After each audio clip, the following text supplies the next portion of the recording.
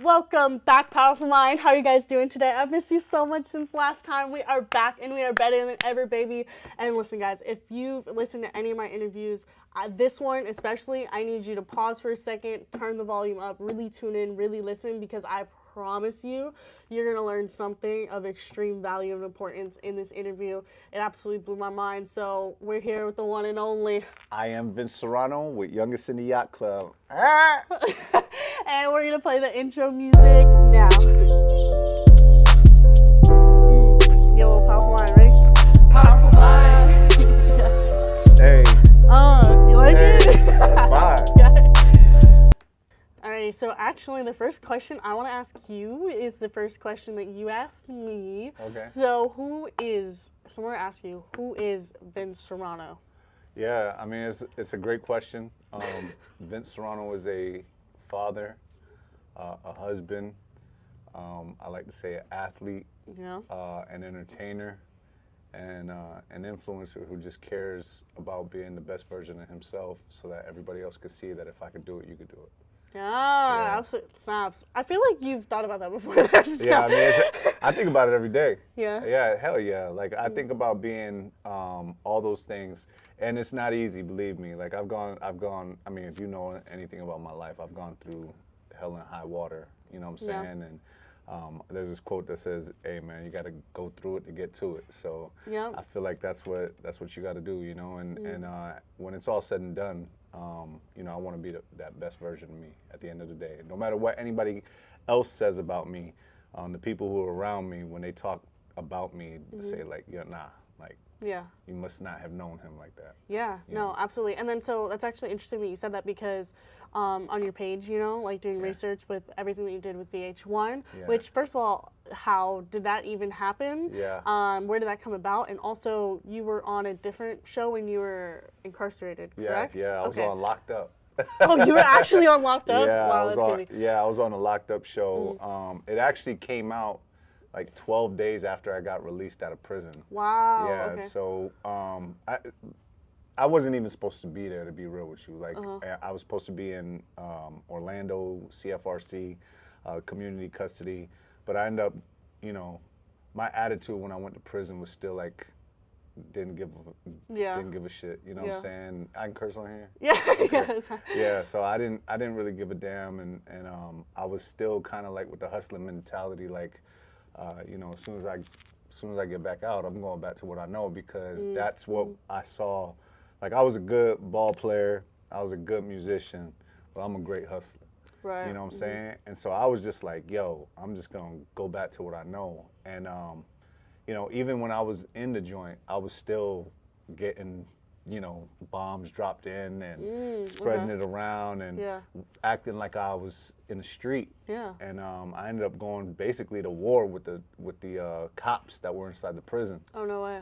Yeah, and they showed me. We call them the boys in brown. Yeah. Yeah, the boys, they put me up through there for sure. And you know, I ended up almost catching more time. They tried to give me 5 more years. Wow. Me and the cop got No into way. it.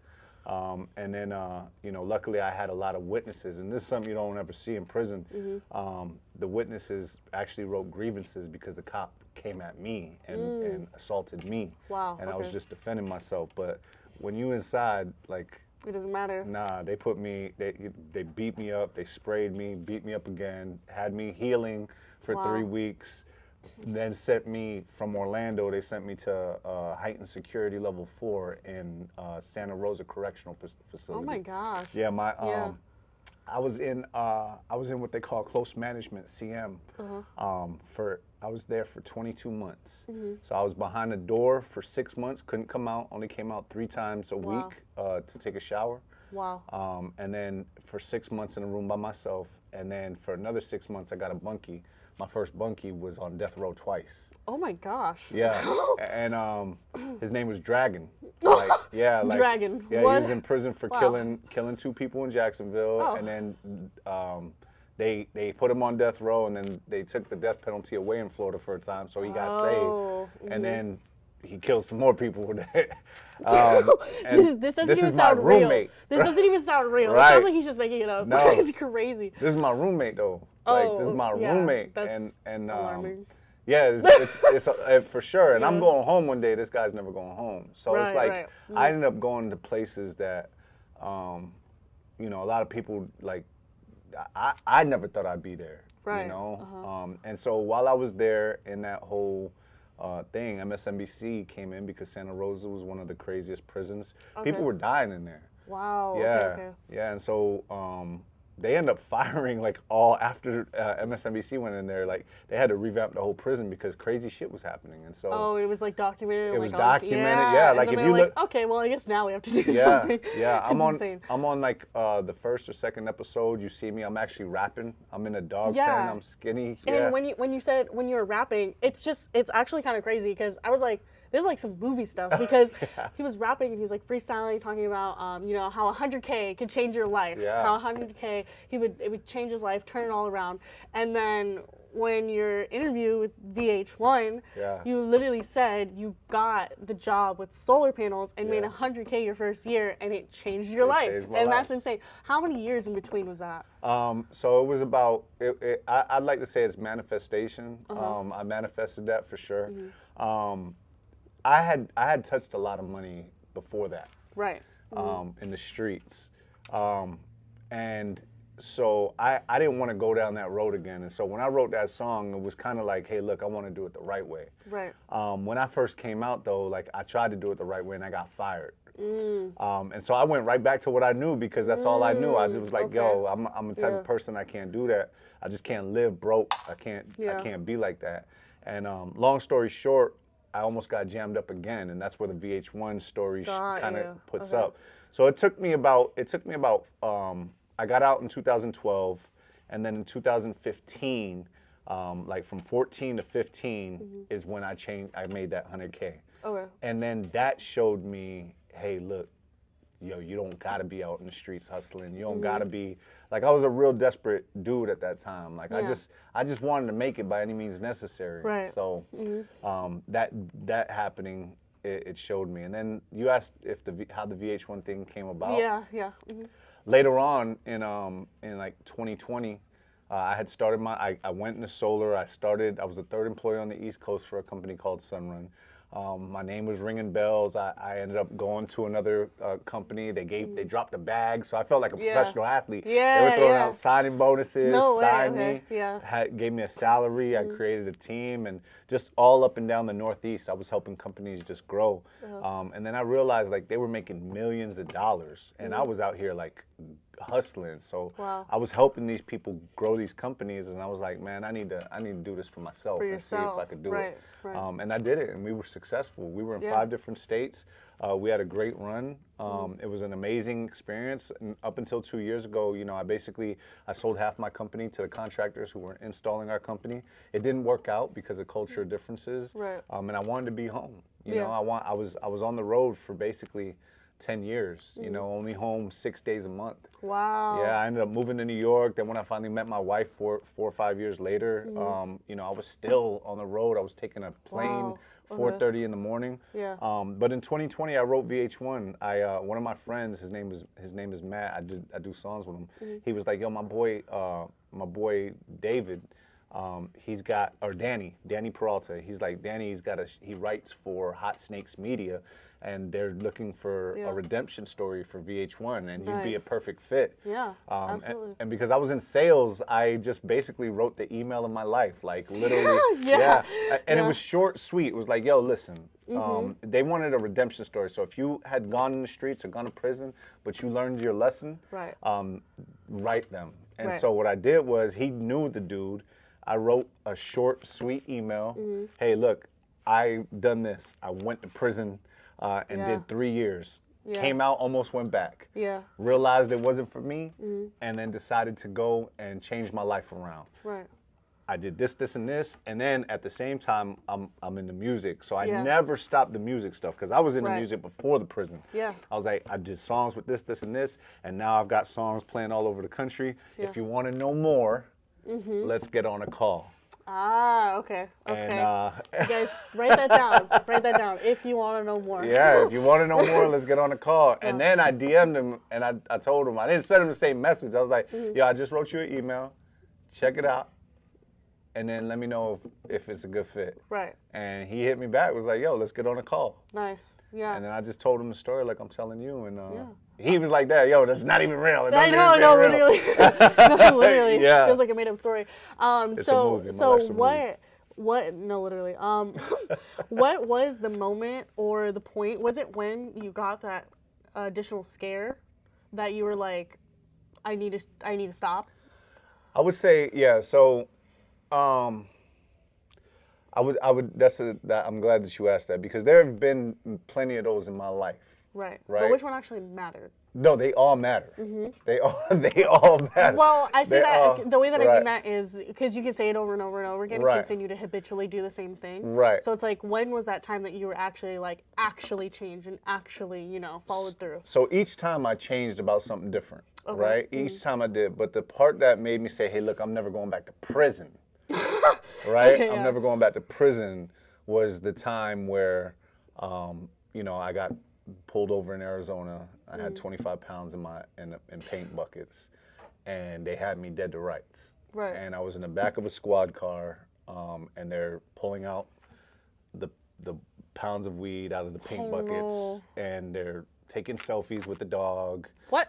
Yeah, and they're gloating, and we're on the side of a road in Kingsman, Arizona. Like, I'm not from Arizona. Yeah, like, yeah. I'm one exit out of Needles, California. Like, I had just drove from Sacramento. Yeah. And that's like a 10-hour drive just in that. I realized, like, hey, I'm going to be in pink, because that's what they dress their inmates in. No way, yeah. My kids are probably going to grow up without a father. My grandmother's going to be dead by the time I get out, and I'm probably going to be looking at 20 years. Yeah. And then, just something happened where the person that I was dating at the time stood on the phone, and I had put the phone in the console, and because they were so on set on getting the weed in the trunk, they didn't check the front of the car, Right. and they had listened to the whole conversation, so they didn't know that person stood on the phone for an hour and a half. Right. And when they finally found the phone, they called it back. Like, they were like, oh, shit, they hung up. Yeah. And then they called it back, and she was like, yo, if you don't let him go, I'm calling CNN, I'm doing all that. No way. Yeah, so, and I had told myself, I was preparing myself mentally to go back to prison. Like, right. I have my hands You're in handcuffs. Like, you're I'm done. in the car. Yeah, you're like, that's like done, yeah. I told myself, man, it's going to take an act of God to get me out of this one. And sure enough, it was an act of God. Like, when they came to let me go, like, I thought I was ready. I was on the side of the road for 3 hours, and they were like, okay, look, we're about to cuff you up, and we're about to get out of here. And they took my hands, and then they uncuffed me. So in my head, I'm thinking they're going to probably, like, kill me or something. Oh, my gosh, you know what I'm saying? Yeah, because, like, this is you not, didn't know, because you didn't know. This ain't happening for real. Yeah. They're going to let me run and shoot me in the back or something. But they told me, they were like, listen, whatever, it was Border Patrol. They were like, look, you can sell your car. We're going to take the weed. We could keep playing this game if you want to keep playing it. Or you change your life. And that's so crazy. That's so crazy. In that moment, I'm like, well, do you know, like, what, like, you guys got jobs that don't require snitching? And they were like, nope. And so I'm like, but they were like, but you could go sell your car, and because we got all the resources, and you got no resources. Right. And so it made me realize something that I had learned in prison is, like, because I was around cops for 24 hours a day, 7 days a week. Yeah. They have 3 shifts, and you're just one person. It made me realize that I have to be right 100% of the time with limited resources. They only got to be right one time, and they got unlimited resources. Right. I'm playing a losing game. Right. I beat them, and I still lost. Right. They took my weed. I put all my money into that. Yeah. So they took my bread. The person that I was with, they left me the next day. The same person, they left me the next day. It was like, yo, we can't do this anymore. I can't see this. Like, I had nothing. I was supposed to move to Cali at the time. I had no house. I barely had I had $300 that I needed to give to child support, and I had to call my baby mama and tell her, hey, look, you can't get this. Because I got to get back to Florida from Santa Fe, New Mexico. Right. So I realized I can't even win for losing. Yeah. And so at that point right there is where I realized, like, I need to change. I need to put the odds in my favor somehow. Yeah. And I needed to take the same principles that I took in the street and apply them to something legal. Right. And that's when it changed. Okay. And then, so just as a reference point, how old were you when you did get arrested? How old were you when you did start your solar? Yep. So when I first got arrested, I was 26 years old, going on 27. Wow. Okay. My court case lasted about 8 months because I tried to delay it as much as I could. Right. I went in before my 28th birthday. I got out my 31st birthday. Wow. It took me 2 years. I had a 2-year run before that stint in Arizona, so I was about 32, 33, and then I was 35 when I started my first solar company. I had it for 5 years. A lot of people don't know I'm 41, 40. I'm gonna be 42 coming here. So I feel like I feel still young. Yeah. But yeah, it was. I gotta tell a lot of these young cats, man, like, when you out here and you 21, 22, 23 years old, you think your life is over after 30. Even when you're 30s, you think your life is over, like nobody's gonna want. Yo, you got a lot of living left to do. And I done been many things, and you know, I played basketball in high school. I just saw the podcast that you had. These guys are playing college basketball. Yeah. I relate. I didn't want to. It's the same kind of push. It's relatable. Yeah. It's what I did. You know, I played ball in Dominican Republic, professional ball. Nice. You know what I'm saying? Then I came back. I was in the streets. I was doing music professionally. I still am. Right. You got a lot of living left. So it ain't over, you know? It's never over until you take your last breath. You got to keep going, so.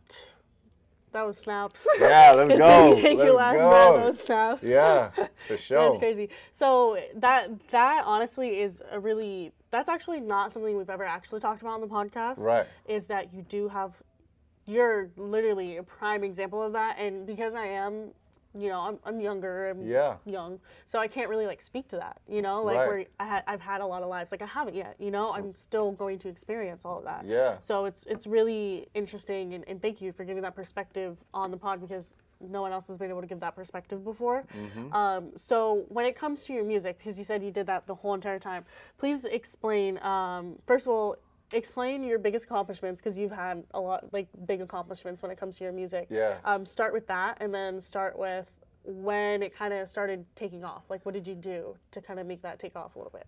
I just feel like, to your point, right, you never give up. So, like, your podcast from right now in 5 years is going to be bigger than what it's going to be now. Right. Just staying consistent and doing it all the time, and that's all I did. I've got many accomplishments, and each one bigger than the last. So yeah, I've had a Billboard song. I've had 100,000 streams. I've got over 1 million streams on Spotify. Over 1 million streams on Apple Music. I've gotten, you know, probably close to, I think it's like close to 2 million streams now with my music, Vince Serrano. Nice. You know, before that, I've done songs with known artists, Sean Kingston, Lil Wayne, all types of people. Like, That's people crazy. don't, people That's don't know. insane. It's nuts because people don't understand, like, Fabulous, Rick Ross. People don't understand that each accomplishment felt like it was the best accomplishment. Right, the biggest one yet. That was it. Yeah. But after you do it, okay, what's next? And that's in everything in life. So I got a Billboard. I wouldn't say that there's, like, now, today, like, you know, I'm going to go watch BKFC fighter G Perez go fight. Yeah. I created a fight song for him. Yeah. They're playing my songs.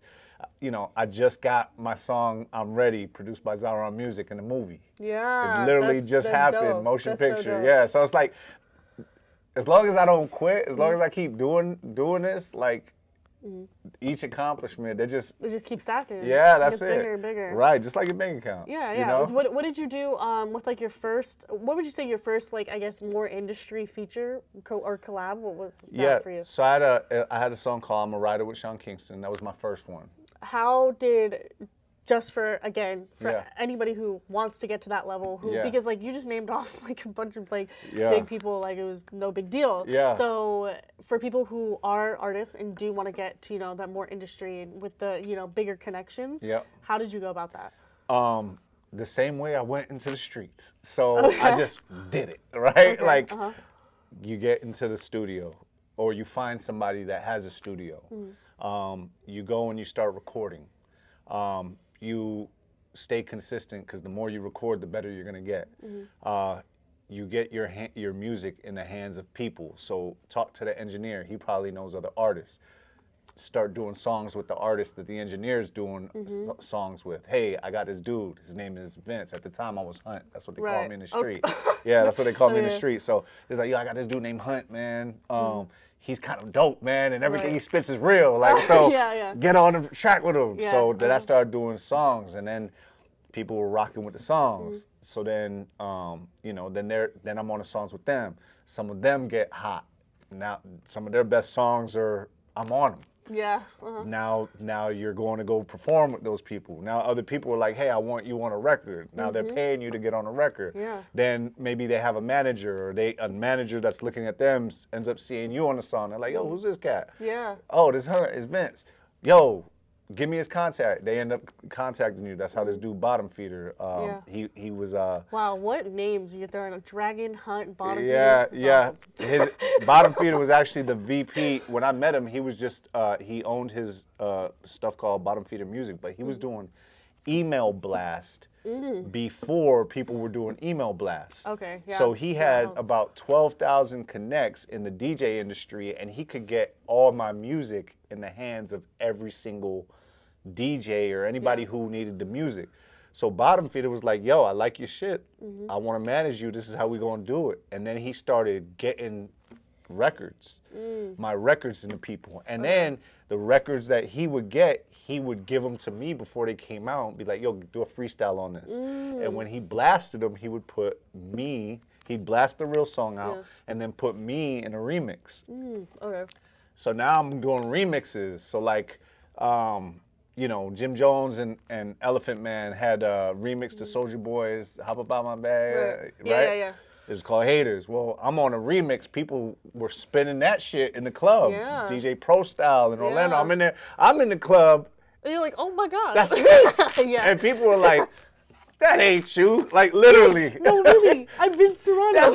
And they're like, yo, this is you. And, it happened when I knew I was really, when people that you not expecting, this is how I know you're doing it. It's the same way with, like, losing weight. When people start looking at you and being like, damn, dog, you losing weight, dog. Like, when they start telling you, damn, I ain't seen you in a minute, that's when you know you're doing it. So I get a phone call from my sister. She lives in Connecticut. And she's like, yo, there's this dude. He got a song with Akon. His name's Hunt. Have you heard of him? No way. And I'm like, what do you mean? Yeah. What's the song say? And he was like, yo, it's called So in Lust. Play the song for me. Yeah. I think I heard it. No way. She plays a song. This is my sister, my blood sister. Yeah. She plays a song. I'm like, man, that's me. No She's way. like, no way, that's not you. This is a cat named Hunt.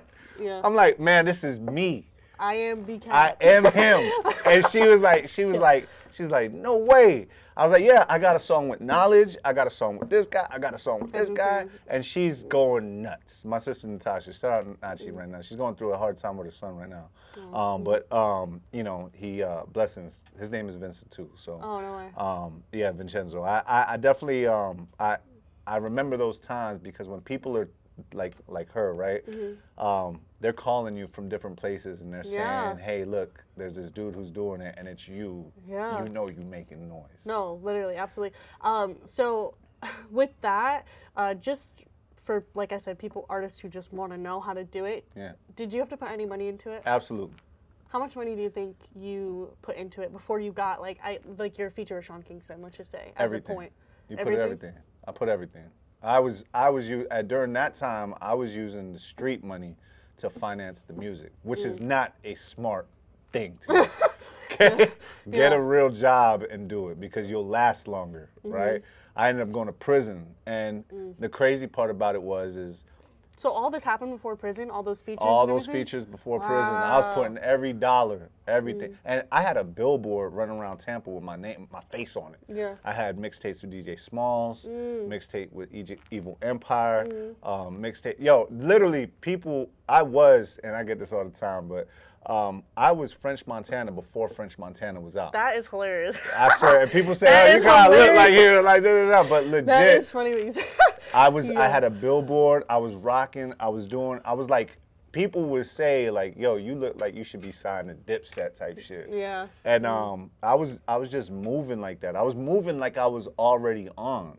So it wasn't too far fetched. Labels were already looking at me. When I got arrested, 3 days after I got arrested, I got a label deal to go into Germany with a a guy named Adam Tenster.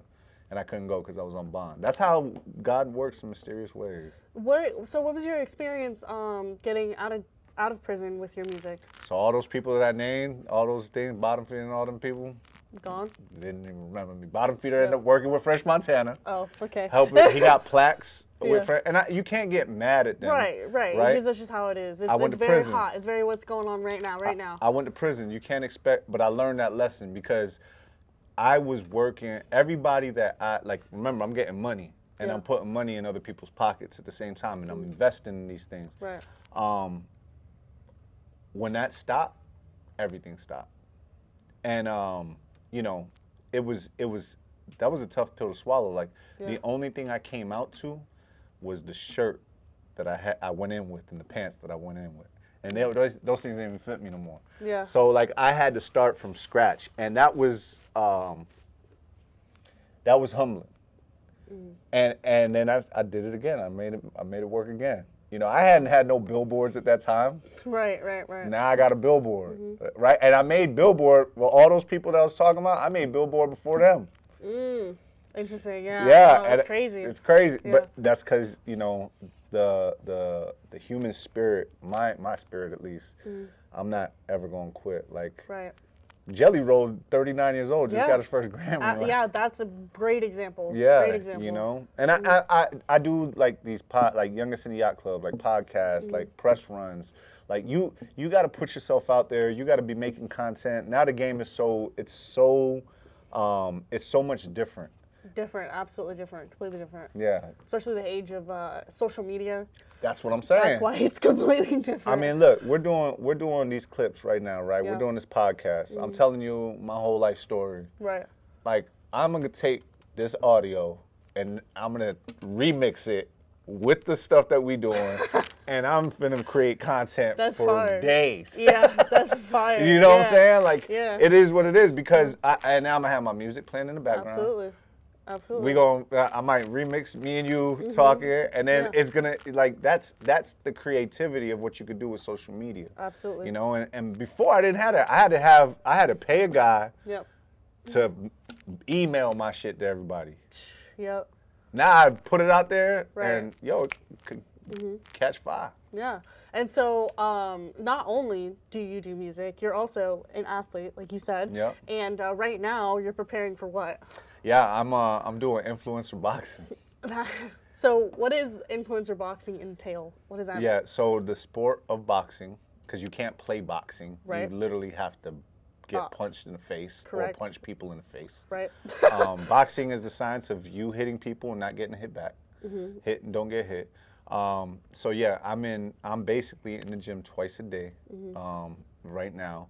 Luckily, I have a library of music, so I'm just releasing music at the same time. Okay. But I'm training to be a professional boxing influencer. So other influencers get in there, and some got hands. Like you see Jake Paul knocking out these ex-athletes. Yeah. Like Bryce Hall. Yeah. He beat the dude G Perez that I made a song for. Like Bryce Hall got hands. Yeah. Like these people got hands, and you gotta have respect when you get in there, because it just takes one punch to get you knocked out. And believe me, I know, because I'm getting punched every day in the face. Legit. And I'm not where I need to be, but it's the same. I tell you, I go hard at everything I do. Yeah. So like, and I'm not afraid. So I'm in the gym 2 times a day, one time weightlifting, and then the next time working on technique. And then we spar 3 to 4 times a week. So I mean, the other day I walked into the house because my wife, I'm married. Yeah. My wife is looking at me and she's like, okay, whatever makes you happy. She's my biggest fan, best supporter. I love this lady.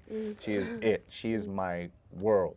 But you know, she looks at me the other day and she's like, is that a black eye? Oh no. I didn't even notice. She's like, holy shit, you got a shiner. And I'm like, I look in the mirror, I'm like, yo, my eye is black.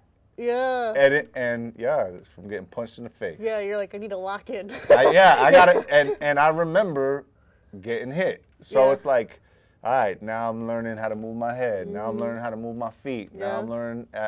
Right now, I feel like I could take. I feel confident in my skills, and I'm running every day. I'm in the gym every day. So yesterday I ran 2 miles. Tomorrow I'll run 2 miles. Like, nice. I couldn't do that. And I do it mostly for, like, I played college basketball. I played professional basketball. I'm happiest when I'm feeling good, when I'm my best version of myself. Right. I do this because I don't want to be old and fat. And not move and have health problems and all that shit. Movement is super important. Yeah, I mean, just being active is super important. And I feel the happiest. Like, yo, you can have $1 million in your bank account. You can have all the jewels, all the cars in the world. But if you're not here to spend it, it don't mean shit. Or invest it, it don't mean shit. Like, if you die because of a heart attack, because of cancer, you know, I just did a 4-day fast. This is the second 4-day fast. A lot of people don't realize, man, if you do a 4-day fast, a 96-hour fast, at least one time a year, you're 96% chance of not getting cancer. What? One more time. Yo, someone look that up too. Look at that. Fact check that. No. Fact check that. Crazy. 96-hour fast. What are the health benefits of a 96-hour fast? That means not eating for 4 days. Right. Okay? Only a water fast. Just water? Just water. Water, black coffee. Yeah. No sugar, no calories. The health benefits, if you do that once a year, you're 96%, and it could be 95. Right. 95% chance, 96% chance of you not getting cancer. That's insane. It's nuts. Why isn't that like a known thing? Because we live in the United States where they make money off of your medical bills. They make money off of giving you. Did you know that's actually the #1 reason why people have debt in the United States is Healthcare. medical bills? Yeah. The #1 reason. Of course. Yeah, that's insane. And think about it, like all the shit that you eat, all the shit that you putting in your body, all the shit that you smoke, all the shit that you eat, the shit that you drink, the shit that you do or not do. Right. Right? We on social media. Yep. You on there for 4 or 5 hours a day. Yeah. You probably not exercising. You watching other people exercise. No, literally, especially nowadays. Yeah. Yeah, the gym-fluencer space is crazy. Yeah, and those people ain't even exercising most of the time. They just. He's gonna record, yeah. You know what I'm saying? So it's like, I learned that, and I see the change. Remember, I tell you, people are like, God damn, Vince, you disappeared. Yeah. Like, nah, I disappeared. I'm cutting down, and I love where I'm at with that. And now my wife is on the same journey too. You nice. know? I love that. It's beautiful. It's always a beautiful thing. Thank for you. Sure. That's crazy. So. Did we fact check that 96-hour fast too? Yo, look that up too, man. All right, Ishmael's on it. But so you juggle obviously being a father and a husband. Then you also juggle, you know, being a music artist and producing music and putting music out. Absolutely. You also have Youngest in the Yacht Club, which we need to definitely get into. Absolutely. And you also juggle. Now you're getting, you know, you've always been an athlete, but boxing right now. What else do you juggle? So. A business owner, entrepreneur. Right. So that's actually one thing I really want to ask you because. As you saw, I really don't interview a lot of, you know, people who have that wisdom and knowledge of it. So I want to talk about investing, essentially. Okay. When you do get your money, when you did get money from, what's the first, you said music was really when you first started making money off of music? Yeah, I mean, that's I would say money is, I invested all the money into music. Right. The accolades that you see are what the return on my investment was. Right. To make money, off of something, Right. I would say entrepreneurship and business is where I started making the buku bucks. Right. So the entrepreneurship, like you're talking about solar panels and when all that came into and not play? just solar panels. Like solar would be like having a job, Right. and then the money coming from the work. Okay. Investing that into other stuff is what got me more of that. So it's important to understand, like, you know, you get paid for your time or the time that you put in, right? Some people get paid by the hour. I was getting paid by the projects. Right. Okay. Yeah. Right, or by the So business. essentially like commission almost. A commission, yeah. And it's good that you said that. Businesses all work off a commission. It's just what's your commission in the business, right?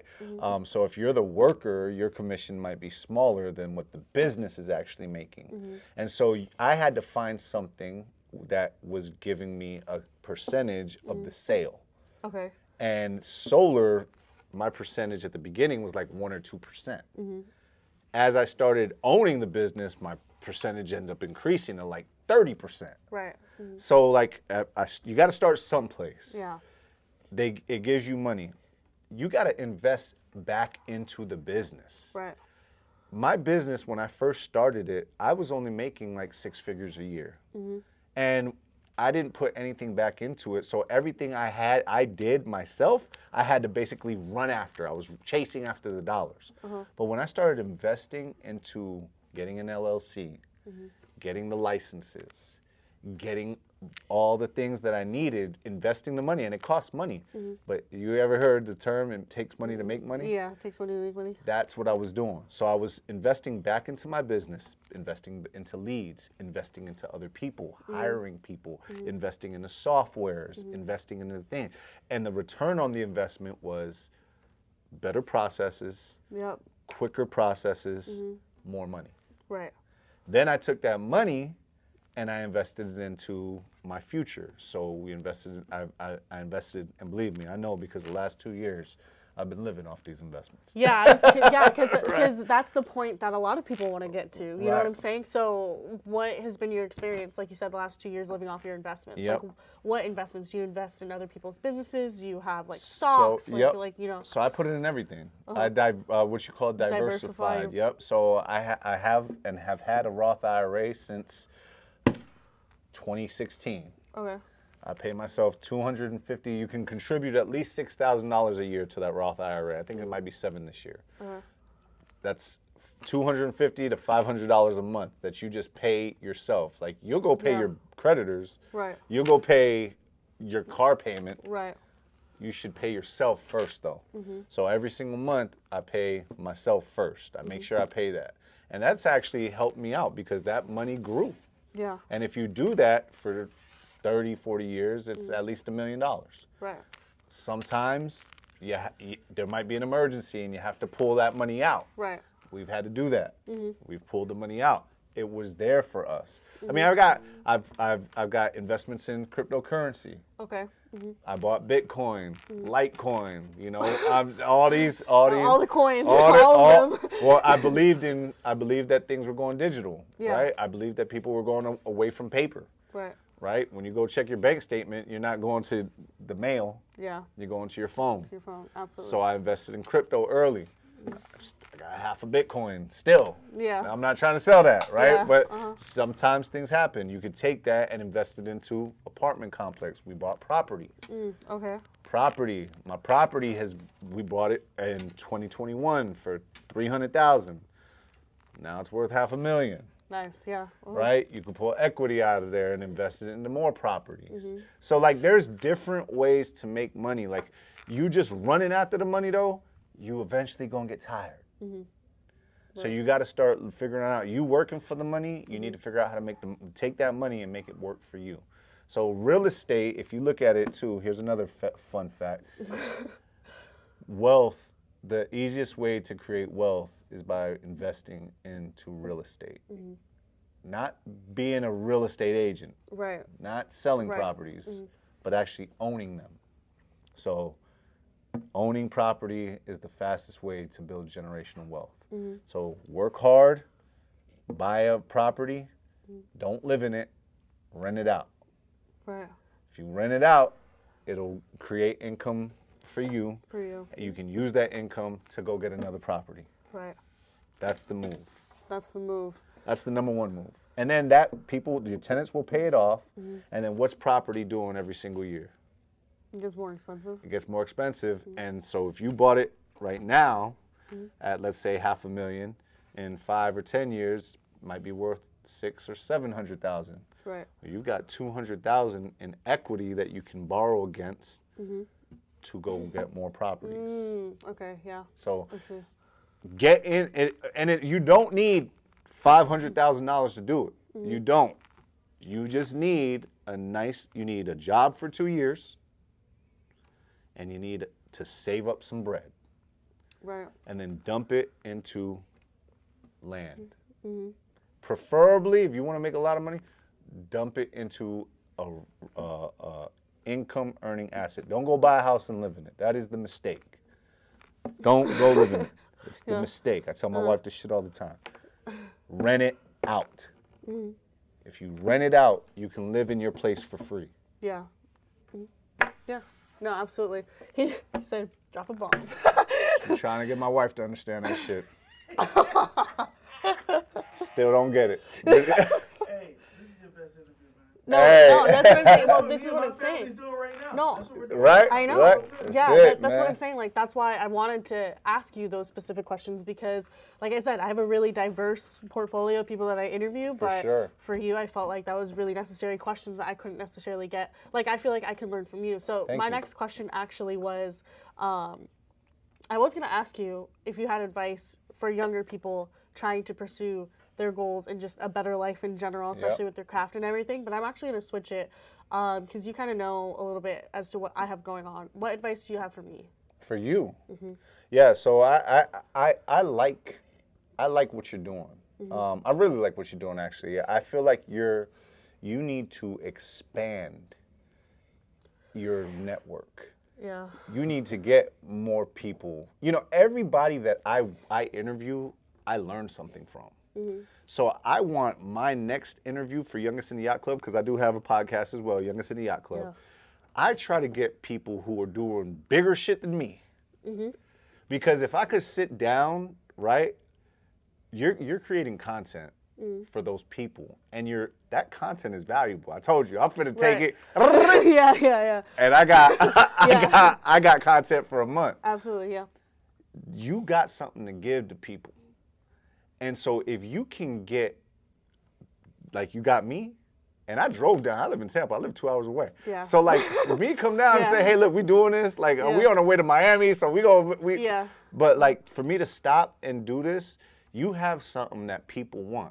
You have content, and you have good conversation. You're not dumb. Thank you. Right? Try not to be. You're smart. Yeah. You're smart. You need to get more people who are doing, like me, higher. Like, you need to get bigger, better interviews. Not just for the content, because that's what you're giving them. That's what they're getting in return. But you need to get the people that you can sit down with them for an hour and ask them all the questions you need. Because that's how I got where I'm at, by listening to them. Financial advisors, get athletes, get lawyers, get people around the area, investors, get a huge plethora of people, because right now you're just in the beginning stages.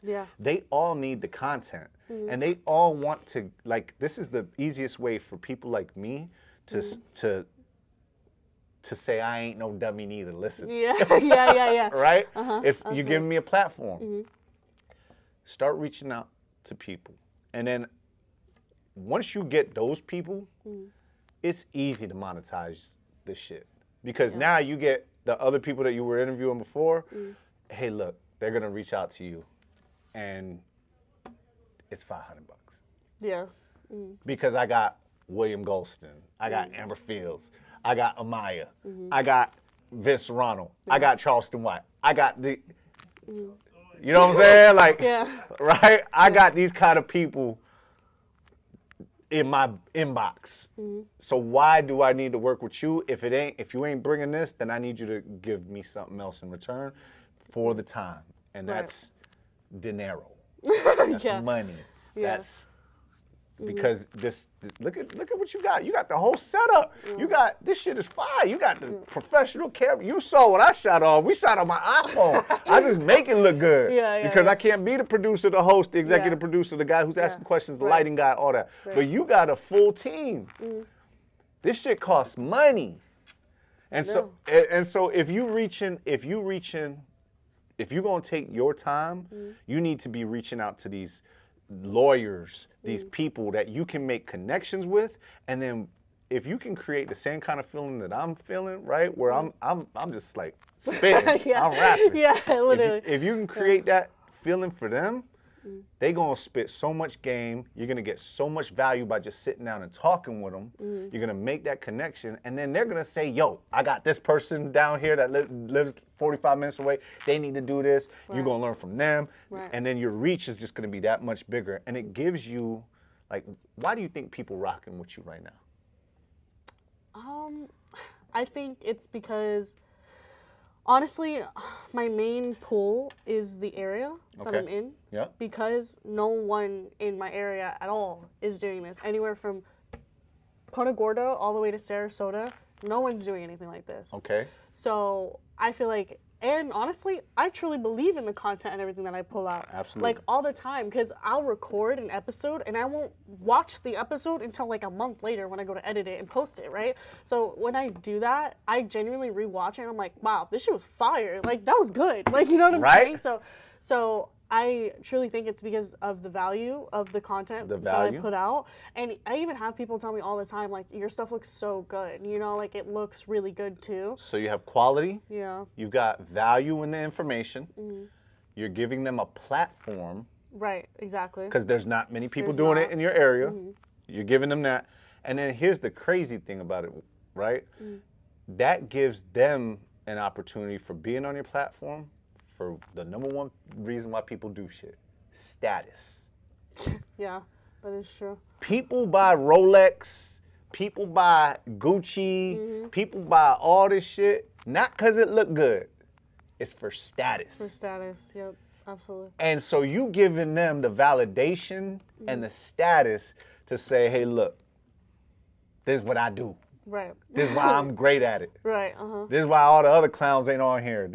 And then this is why not many people could do this, because there's not many people doing it. Because it's hard. Right. So you give them status, and that is your main thing. Right. And that's what you need to build up on. If you can create that status, yo, we on Powerful Minds. You can't be no dummy. Yeah. Can't be no dummy to be on Powerful The Powerful Minds. So I now. need you to be doing something. Yeah. You know how many people I turned down for Youngest in the Yacht Club? It's called Youngest in the Yacht Club. Not Dumbest in the Boys and Girls Club. Yeah. You feel me? Yeah. Right? It's got to have its status. Yeah. And that's really what I want you guys to understand. Like, you're creating status. Whatever platform. Like, yo, if I have the new era sports thing, right? I'm not finna have nobody who's not playing ball at a high level. Or like, you can't be not in sports thinking you can come on my joint. Right. Absolutely. You can't. It just don't make sense. And that's what I'm saying. As long as you guys you create the Powerful Minds, make sure when you bring them on that they have powerful shit to say. That is like, and that's another reason why I think people do like what we're doing, is because I do put value into who I have on. I don't just have on anybody. I've had multiple people ask me to come on already, you know? And yeah, exactly. It's just like, so I also do believe in that. Like you, for example, that's why I had reached out to you, not only to do a podcast like host swap, because just watching your content as well, I just could tell that you got a powerful mind, you know, like you just added a lot of value to the arsenal that I have of people I've interviewed. Absolutely. You're something very different and added a lot of value that I haven't had in other interviews. Yeah. You know? Thank you. And with what you're doing with Youngest in the Yacht Club, you know, I had like I said this on my interview, but I had watched Youngest in the Yacht Club for a while, and even as Ishmael, like I was like, I'm gonna be on there one day. Like I'm gonna be on there one day. Like I'm gonna make it happen one day. And it really just by phone call. Literally. There's a little hey, look, I need to be on here. Yeah. This is what I got going on. Literally, Instagram DMs. That's a reoccurring theme. Instagram DMs. And then if you didn't have nothing going on, I'd have told you, hey, look, Yeah. It's either $500 or we're running a promotion for $350. Yeah.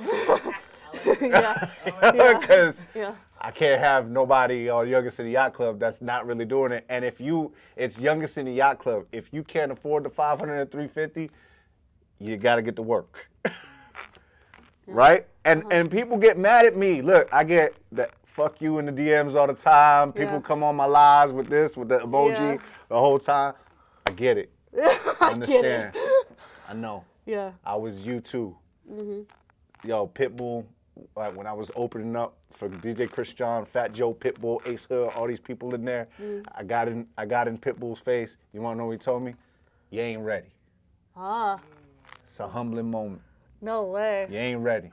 You ain't got it yet. Yet. Yeah. Now my songs are in a fucking movie. You wanna know why? 'Cause I kept going. You right. Thank you. I ain't like it at the time, but I ain't quit. Yeah. Now my shit is in Velocity Kings. Yep. Thanks, Rick Danford. Movie coming out. Yeah. We were actually in the movie now because we made the song. They just called me for 3 more songs on the song. Let's go. Come on now. Yeah. Come on now. Stop playing with this man. Guess what? Yeah. Guess who the executive producer is? Who? Pitbull's cousin. Florida Full Ride or circle. Die magazine. Shout out to him. Full circle. Yeah. These are all moments that in my head when people are telling me, yo, Pitbull my cousin, Pitbull my cousin. It's funny because he told me I wasn't ready yet. And I could have been a dick and wrote a diss song to Pitbull. Right. Man, fuck you, Pit.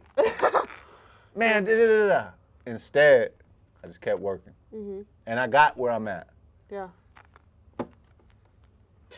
Yep. That was just, I don't even know what to say. that was great. Yeah, it was just so crazy. That was good. That was definitely advice that I really needed. Thank you for that. I appreciate you. Just keep nice. going. Definitely food for thought, for sure. Yeah, for sure. For sure. Last thing I want to talk about, Youngest in the Yacht Club. This is your podcast. We kind of talked about it. We had similar kind of timelines that we started the podcast and everything. Please talk about why you started Youngest in the Yacht Club, because you have a trillion other things going on already. Yeah. You know what I'm saying? So why did you start Youngest in the Yacht Club? It's the reason. So anything that I do, right? Anything that I do, it has to feel natural. Like you say, I got a lot of shit going on, but really, it's all a part of me. So. Youngest in the Yacht Club, this the wave, we the shit. It's actually me. I, in my song Sheesh, I say, member of the yacht club and we be the youngest. Yeah. Because when I was in that solar industry and we started making some bread, my boy Josh took me to the Hamptons into the yacht club. And we were around the owner of Bob's Discount Furniture.